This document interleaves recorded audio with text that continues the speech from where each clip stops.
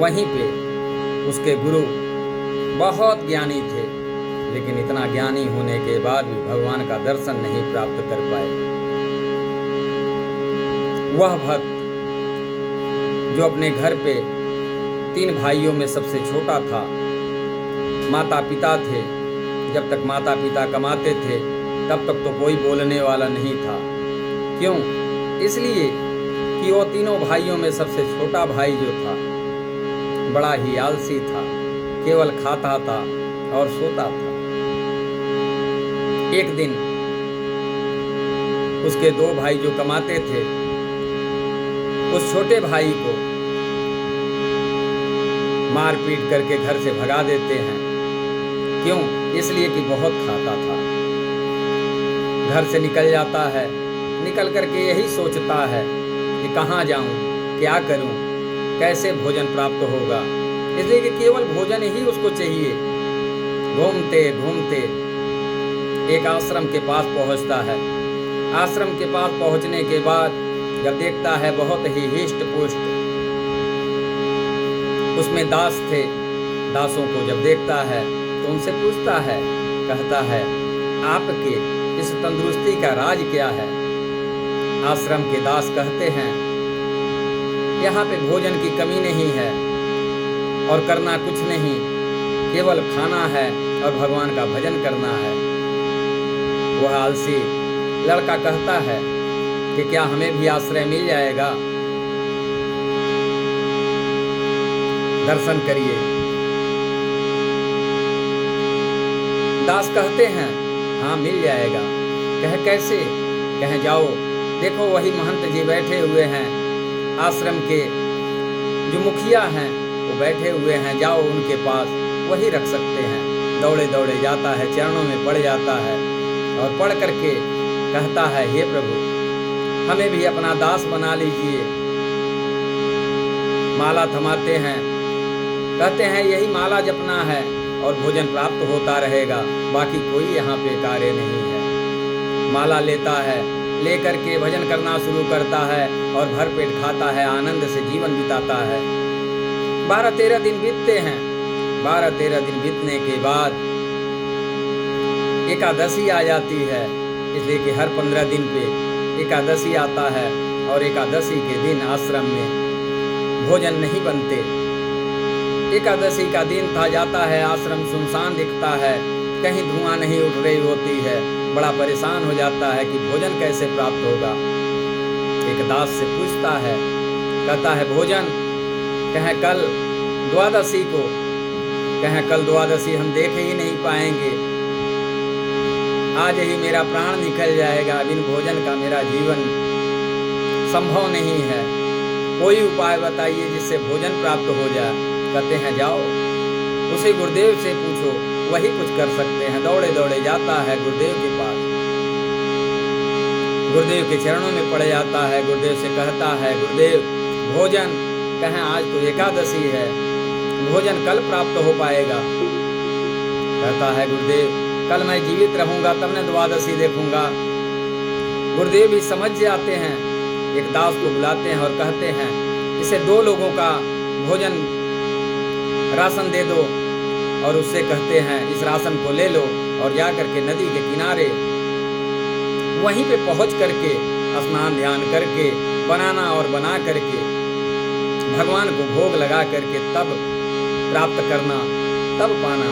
जाता है दौड़े दौड़े, स्नान करता है, भोजन बनाता है। भोजन बना करके उसका भाव देखिए, उसकी सरलता देखिए, किस प्रकार प्रभु को बुला रहा है।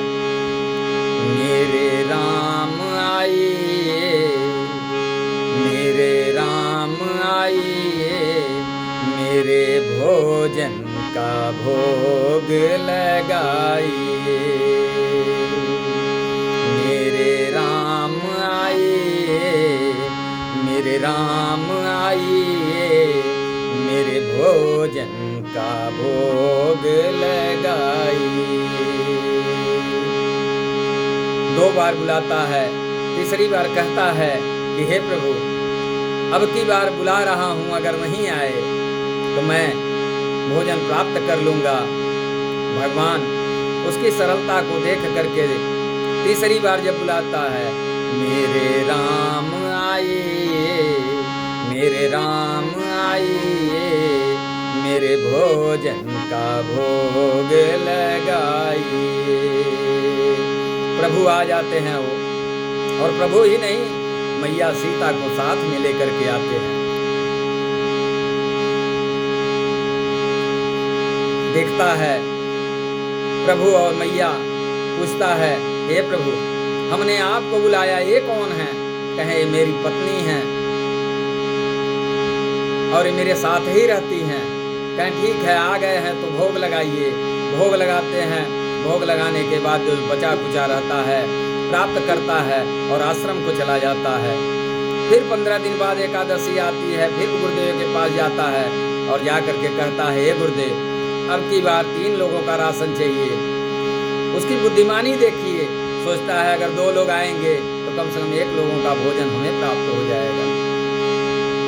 ले करके जाता है, स्नान करता है, स्नान करके भोजन तैयार करता है। भोजन तैयार करने के बाद प्रभु को बुलाता है, मेरे राम आइए, मैया साथ लाइए, मेरे भोजन का भोग लगाइए, मेरे भोजन का भोग लगाइए। प्रभु आते हैं,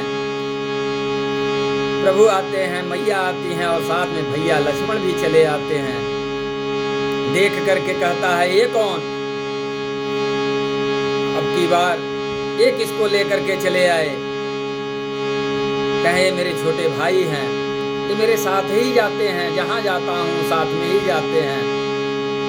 हम और हमारी पत्नी और छोटा भाई मेरा लक्ष्मण ये साथ में ही रहते हैं। कहता है ठीक है, आ गए हैं तो भोग लगाइए और भोग लगा करके प्राप्त करिए। जो बचा खुचा रहेगा मैं भी प्राप्त कर लूँगा। प्रभु भोग लगाते हैं। भोग लगा करके फिर अपने बैकुंठ जाते हैं। जो बचा खुचा होता है उसे वो भोजन प्राप्त करके, प्रसाद प्राप्त करके आश्रम को जाता है। फिर 15 दिन बाद एकादशी आती है। गुरुदेव से कहता है, ये गुरुदेव, अब की बार 5 लोगों का राशन चाहिए। गुरुदेव भी सशंकित हो जाते हैं, लगते हैं सोचने, ये बहुत खाता है लेकिन 5 लोगों का तो नहीं खाएगा। ऐसा तो नहीं कि कहीं भोजन ले जाकर के बेचता है, राशन ले जाकर के बेचता है। माई बाप गुरुदेव को विश्वास नहीं होता। एक शिष्य को लेते हैं और पीछे पीछे चलते हैं। राशन तो दिलवा देते हैं, लेकर के जाता है। अब की बार उसकी सरलता देखिए। सोचता है कि अगले बार 3 लोग आए थे, अब की बार 4 लोग आएंगे कि 5 लोग आएंगे। आ जाएंगे तब बनाया जाएगा। स्नान ध्यान करके पत्थर पे बैठ जाता है और बैठ करके बड़बड़ाना शुरू करता है और बुलाना शुरू कर लेता है बिना भोजन बनाए। उसकी सरलता को महसूस करिए। भगवान ऐसे ही नहीं मिलते हो। जब व्यक्ति सरल स्वभाव का हो जाता है, जब भगवान में लग जाता है तो भगवान सरलता से प्राप्त हो जाते हैं। भगवान बुद्धिमानी से प्राप्त नहीं होते, भगवान ज्ञान से प्राप्त नहीं होते। हम आप बहुत बड़े ज्ञानी हो जाएं लेकिन भगवान प्राप्त होने वाले नहीं। बुलाता है, सीताराम आइए, भैया साथ लाइए, मेरे भोजन का भोग लगाइए। प्रभु आप आइए, मैया साथ लाइए, मेरे भोजन का भोग लगाइए। सीताराम आइए, भैया साथ लाइए, मेरे भोजन का भोग लगाइए। प्रभु आ जाते हैं अपने पंचानन दरबार के साथ। प्रभु मैया सीता, भैया लक्ष्मण, भैया भरत, भैया शत्रुघ्न और साथ में हमरे पीछे जो बैठे बजरंग बली, ये भी चले आते हैं। इसलिए कि प्रभु जब पंचानन दरबार के साथ जाते हैं तो हनुमान जी महाराज भी साथ होते हैं। एक बार प्रेम से बोलिए हनुमान जी महाराज की जय। सारे बिगड़े काम बन जाते हैं वो जब इनकी कृपा होती है, जब महावीर की कृपा होती है। आ जाते हैं। आने के बाद एक गुस्से से लाल कहता है ये तो अच्छा नहीं किए प्रभु, आज 5 लोगों का राशन किसी तरीके से मांग के लाया था और आज आप 5 नहीं बल्कि 6 लोग आ गए। आज तो कुछ बचने वाला नहीं है। एक काम करिए, आप लोग बनाइए और पाइए। गुरु महाराज पेड़ की आड़ से देख रहे थे, देखते देखते कि ये क्या बड़बड़ा रहा है, इसलिए कि गुरु महाराज को भगवान का दर्शन नहीं हो रहा था। वो आते हैं पास में, कहते हैं क्या बड़बड़ा रहे हो, आज भोजन भी बना नहीं रहे हो और पत्थर पर बैठ करके बड़बड़ा रहे हो। गुरुदेव महाराज से शिष्य कहता है हे गुरुदेव महाराज, आज आपसे 5 लोगों का राशन मांग करके लाया, आज 5 लोग नहीं, देखिए राम जी, सीता मैया और लक्ष्मण भैया, ये शत्रुघ्न भैया हैं और ये भरत भैया हैं और साथ में देखिए एक बानर भी लाए हैं, लगता है हनुमान जी हैं।